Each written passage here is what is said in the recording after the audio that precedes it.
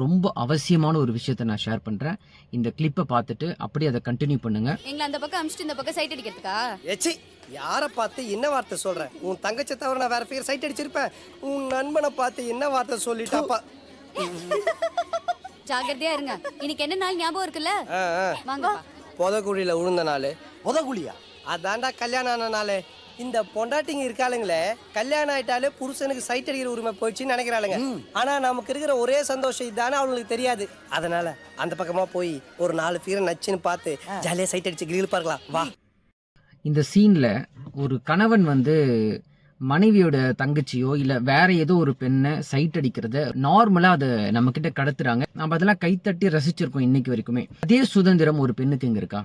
திருமணமான பெண்கள் அப்படி 4 பேர் ஒன்னா சேர்ந்து கல்யாணத்துக்கு பின்னாடி ஏதோ நம்ம கணவனை மட்டும்தான் நம்ம பார்க்கணும், மற்ற ஆண்களை பார்க்கவே கூடாதுன்னு இவங்க நினைக்கிறாங்க. நமக்கு இருக்கிற ஒரே சந்தோஷம் மற்ற ஆண்களை சைட் அடிக்கிறதா.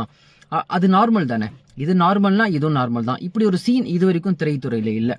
இது ரொம்ப நாளாக எங்களுடைய நண்பர்களுக்குள்ள நாங்கள் பேசும்போது இதெல்லாம் பேசுவோம்.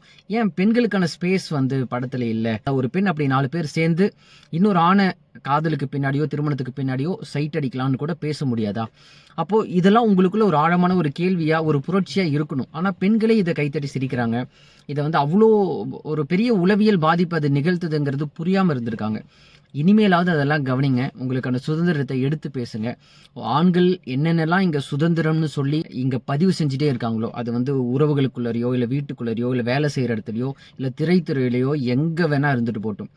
அதே மாதிரி உங்களுடைய சுதந்திரத்தை நீங்க எல்லா இடத்துலயும் எடுத்து பேசுங்க. உங்களுக்காக நீங்க தான் பேசணும், உங்களுக்காக நீங்க தான் நிக்கணும். இதுதான் அடிப்படை. அது நடக்காத வரைக்கும் இங்க ஆணாதிக்கத்தன்மை இருந்துகிட்டே தான் இருக்கும். ஆண்களுக்கு இதெல்லாம் கேஷுவலோ அது உங்களுக்கும் கேஷுவல்னு தைரியமா உறக்க பேசுங்க. அதுக்காக தயக்கப்படாதீங்க. அதனால பிரச்சனை வந்தாலும் அதை எதிர்கொள்ளுங்க.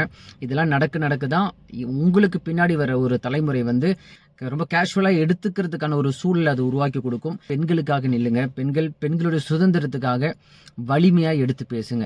உங்க வாழ்க்கையில இப்படி ஆணாதிக்கத்தன்மையுள்ள ஒரு கூட்டம் உங்களை சுத்தி இருக்குன்னா அவங்க எல்லாருக்கும் இதை ஷேர் பண்ணிக்கோங்க.